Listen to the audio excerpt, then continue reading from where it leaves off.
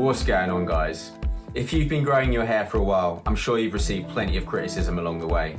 Well, in this video, I want to offer the reasons why you should never cut your hair to make other people happy. And then I want to take a look at the reasons as to why people criticize you just because you're a guy with long hair. The first reason that you should never cut your hair is simply just because it is your hair, it is your style, and you should feel free to express yourself in whatever way that you want. But I think the really important thing to say linking in with that though, how would you feel if you cut your hair for the sake of making somebody else happy? How would you feel if you cut your hair because other people criticized you? You'd feel pretty disappointed, right? You'd feel pretty disappointed firstly in yourself, but you'd also feel pretty disappointed that you never got to experience growing your hair even though you got a little bit further along the way. Imagine if you could push through that. Imagine if you could come out with long hair. You'd feel really confident because you know other people's criticism didn't impact you. You'd feel pretty good because you finally had the hair that you wanted. Plus, and I think this is something that I've definitely experienced as well, the people that told you to cut your hair, a couple of them may turn around and say, actually dude, your hair looks pretty cool, I quite like it. Second reason why you should never cut your hair. Life is short. Life is far too short to be worrying about what other people say about you. And life is far too short to be worrying about what other people say about your hair. It is your hair, it is your style. And I want each and every single one of you watching this to go out, feel comfortable, feel confident, and love having your own individual style. If having long hair is a part of that, you keep growing it, you keep doing it, and you keep loving being a guy with long hair. And lastly, and I think this is actually a really, really nice point to make, there is a fantastic long-haired community available online. You see this on Instagram, you see this on Facebook, and you definitely see this on YouTube. I myself want this channel to feel like a community. I want every single one of you to feel comfortable commenting on my videos, asking for feedback, asking questions. I am here for every single one of you during your hair growth journey. So now we've taken a look at the reasons why you should never cut your hair for the sake of other people. Let's take a look at the reasons why people feel the urge to criticize you and why people feel the urge to tell you to cut your hair. First reason, subconscious triggers. Not for you, subconscious triggers for other people. We as human beings all have a reality and we all have a frame of reference with which we see the world. This frame of reference and this reality will be based on our experiences growing up, it will be based on what our parents tell us, it will be based on everything that we've experienced in life from a very, very early age all the way through to our adult life.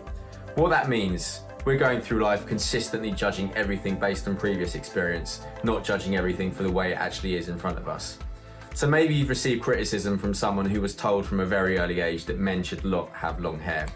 Maybe you had a girl that you were really interested in tell you that she doesn't like men with long hair.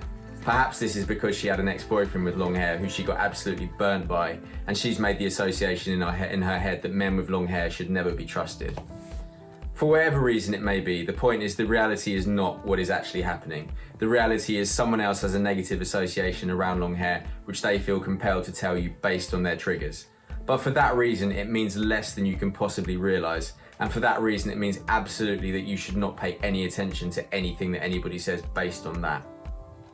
Reason number 2, the principle of comparison. Have you ever had that experience where you've gone out and you feel like your hair looks on point and you're really liking your overall style? Then out of nowhere, one of your friends makes a comment to put you down. Out of nowhere, you get a random negative bit of feedback that you didn't see coming. Well, for me, this has something to do with the principle of comparison. And the principle of comparison really relates to the idea that we're consistently sizing ourselves up next to other people because we don't necessarily know where we stand and we're trying to figure out where we rank within something. And think about it, modern life has a lot to do with this, and modern life really reinforces this idea. Sports games, sports teams are put into league tables. Kids are even put into league tables for their academic achievements from their very early age.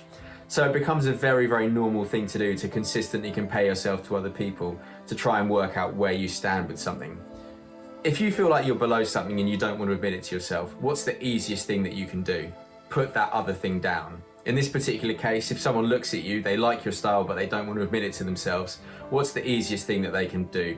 Throw an insult at you, throw some criticism at you, put you down, because it's the easiest way to make themselves feel better.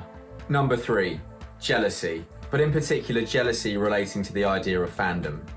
So fandom is the concept that we become fans, or we decide that we really like and hope to emulate things that we see as representing the best version of ourselves. But this is a fascinating one. Because if there's something that we see that we think is amazing, something that we see that feels vastly superior to us, and we know that we're never going to be able to do that, we know that that's never going to be something that we can emulate. There's a lot of psychological research that indicates that we can't deal with it. So the easiest thing that we can do as a means of processing it, and the easiest thing that we can do as a means of dealing with that, is to respond with jealousy. And when you feel jealous, when you don't like something, what do you feel? You feel the urge to react to something. So someone may look at you, they may actually think that deep down they'd quite like to take away some bits of your style. They may look at you and actually think somewhere that deep down they're a fan of that, they like it. But because they know they're never going to be able to emulate it, the easiest thing to do is to disqualify it in their mind as being something that they're a fan of. And the easiest way to disqualify you and disqualify your style and disqualify your hair, put it down. Throw a comment, throw some banter, however they do it. But just do it in a way that basically says, I am not a fan of you and I'm not a fan of your style. Lastly, you're an obvious target. It is really, really easy to spot and really, really easy to criticize anything that represents individuality and anything that represents self-expression. And think about it like this. If you're walking around as a guy with long hair in a place where guys more commonly have short hair, you're basically walking around with a shooting target on the back of your head. As a result, it's really, really easy to throw criticism at you just because you stand out that little bit more. And linking in with that too, I find this a shame, but it is very much a reality. Hair is something that is pretty easy to criticize. Hair is not something that is socially unacceptable to criticize at all. So someone can not like your style, someone can not like your hair, and it's very easy to criticize, and it sits very much within a social normality to criticize someone's long hair. Doesn't mean that it's right, it just means that it's something that people can get away with.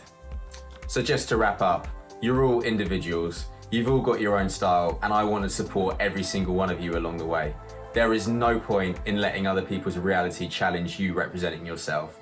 There is no point in letting other people's reality and previous experiences challenge your style and challenge your confidence. You're all an individual, and I'm with you all every step of the way.